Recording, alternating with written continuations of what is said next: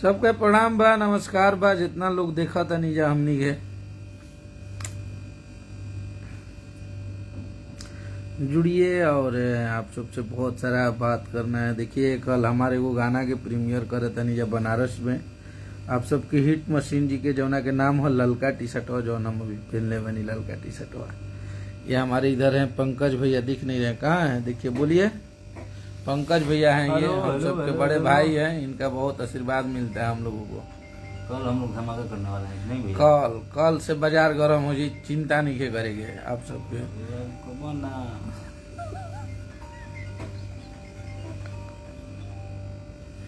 कल एक गाना होता, जौन गाना के नाम है ललका टी शर्टवा। बहुत बढ़िया गाना बा।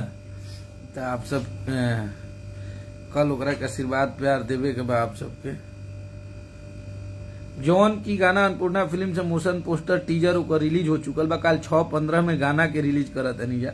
और ये गाना के जितना भी हमारे भैया के फैन बनी जा और ये जितना भी वहाँ के यूट्यूबर बनी जा, आप सब इस गाने के लिए तगड़े तरीके से स्ट्रांग होके इसकी लड़ाई में एकदम आप लोग आगे बढ़ के एकदम धुरकुस कबार देना है।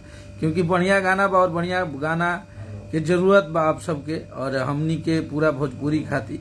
तो एगो नीमन गाना बनौले बनी जा, बड़ी मेहनत कैले बनी जा और करत भी बनी जा। तो आप सब तैयार रही जा और एकरा के गाना के एगो लगन के बढ़िया गाना बा, जौन की मजा आई। हर जगह आप लोग बजा के डांस कर सकते नहीं, मजा आए वाला बा। तो आप लोग एकरा के सुनी जा और आशीर्वाद प्यार दी जा। काल जौन गाना रिलीज होगा तो आप सबके बहुत पसंद है, ये हमार वादा बा। आप सब बहुत मस्ती करब जब, बहुत झूमब जाए गाना पे। तो आप लोग प्लीज आप लोग तैयार रहिए। जितने भी हमारे खेसारी भैया के फैन हैं, जितने भी भाई हैं, और यामिनी जी को लेके कुछ लोग कमेंट कर रहे हैं, तो ठीक है। पहले के बहुत सारे प्रोजेक्ट जो पहले के थे अभी रिलीज हुए हैं, कुछ हुए हैं। तो धीरे धीरे चीजें जो पहले की है ना, तो धीरे धीरे कम होता जाएगा ना रिलीज। तो आप लोग को लगता है, लेकिन ये कुछ पहले के भी शूटिंग थे, कुछ अभी भी हुए। तो इसलिए, और वो बहुत कमाल की एक अभिनेत्री हैं। तो इस तरह के आप लोग अगर बोलेंगे तो किसी को बुरा लगता है। आप लोग हमारे भाई हैं, आप लोग को मोहब्बत करते हैं हम लोग। तो इस तरह से किसी को भी निगेटिव आप लोगों को नहीं बोलना है। बढ़िया आर्टिस्ट को हौसला देना है आप सभी को कि अच्छा काम करे और अच्छा हमारे भोजपुरी के लिए हो। Ankit Ojha ji, happy birthday to you. Ankit भाई का बर्थडे है तो भैया समझ लीजिए ना उनसे थोड़ा सा। तो फुल सपोर्ट है भैया, प्लीज। बिल्कुल लिरिक्स बहुत बढ़िया बा, आप सबके मजा आई भाई। बात ना आप लोग के बोला था नहीं तो भरोसा रखिए। आपका कश्यप बोल दिया है, बहुत बार बोला है। अभी हमनी के बनारस में बनी जा हमारे भाई। काल आग लगा देवे के बा, काल धुरकुस उड़ा देना है गाना के साथ। अदब से रिलीज हुई, वाह, अदब से रिलाई हुई। बस अपना जलवा बरकरार रखिए। बिल्कुल बिल्कुल बिल्कुल आप सबका मोहब्बत बना रहे, आप सबका प्यार बना रहे। हम लोग मेहनत कर रहे हैं और बहुत तगड़ा तगड़ा गाना आप सब देखने वाले हैं। अभी लगातार देखेंगे। हंसावे वाला, नचावे वाला, रुआवे वाला कुल लेके आई भैया।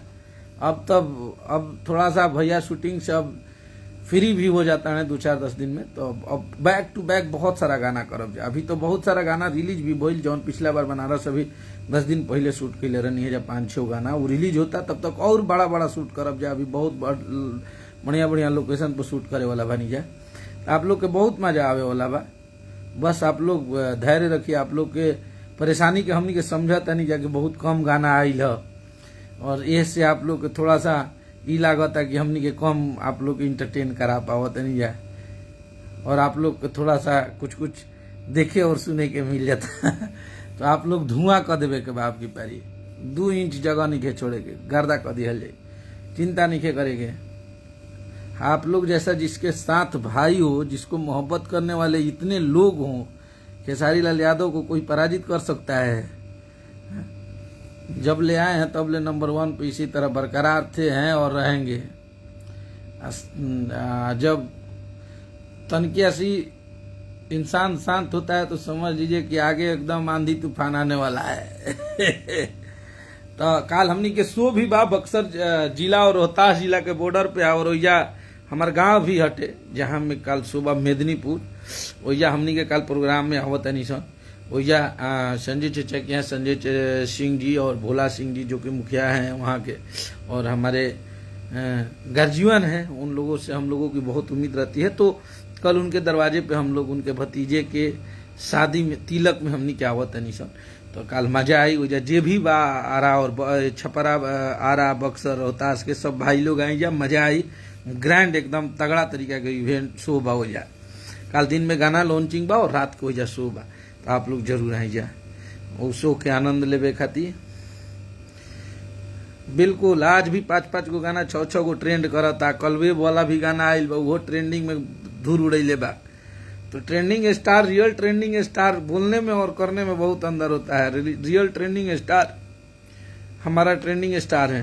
तो बस आप लोग का मोहब्बत बना रहे, और कल आप लोगों का यही फर्ज है कि कल गाने को इतना शेयर कर दीजिए ना, इतना सुन लीजिए आप लोग की धूल उड़ जाए। कम से कम एक एक भाई कम से कम 20-20 बार गाना सुनिए और शेयर कीजिए। बढ़िया गाना बा, आप सबके मजा आई, बजा के आप सब झूमब जा। फिर ओकर बाद तो बहुत सारा आप सब देखे वाला बनी जा। अभी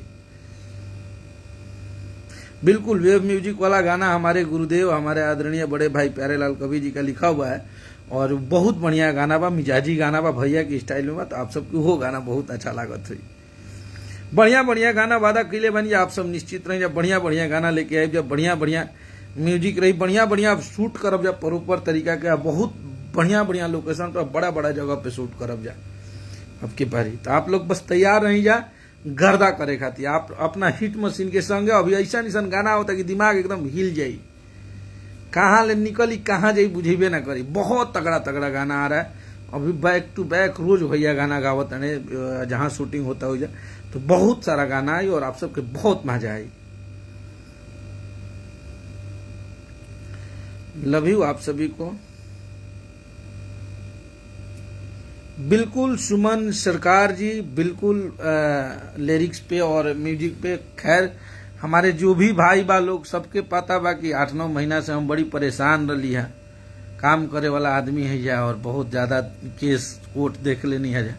ए वजह से दिमाग ना ठीक रहत रहे, तो आदमी बहुत कम लिखल है और बहुत कम काम करत। लेकिन वादा बा आप सबके कश्यप कभी मार्केट से बाहर नहीं हो सकता। हम अपने मर्जी से होंगे, हमें बाहर करने वाला कोई नहीं है। और आपका भाई कभी भी लिखेगा तो जितने लोग लिख रहे हैं उससे बेहतर ही लिख के लाएगा आप लोग के लिए। तो बस आप लोग का मोहब्बत बना रहे, ये हमारा घमंड नहीं है, आप सबका प्यार है। आप सब हमारे गीत को उतना प्यार देते हैं, इसलिए मैं इस प्यार को घमंड समझ के आप सबसे बोल रहा हूँ। आप सबका ये प्यार है, और मैं हमेशा लिखा हूँ कुछ ना कुछ, और आप सबको बहुत पसंद आया। चाहे वो झगड़ा हो, कजरा हो, हरदी हो, ब्रांडेड लड़का हो, आदि शक्ति में जया तो लहंगा लखनऊआ, बहुत सारा ऐसा गाना आया, बंगलिनिया, बहुत सारा गाना हमरा तो खुदे नहीं खे याद। बिल्कुल ये झूमने वाला ही गाना है, झूमने वाला ही है, बहुत तगड़ा है। इसमें कोरस हर चीज आप सबको मिलेगा, एकदम आप सबको मजा आएगा। नाचने वाला गाना है ये, आप लोग तैयार रहिए। सभी को लव यू। कल तैयार रहना है आप सभी को 6:15 में अन्नपूर्णा फिल्म पे।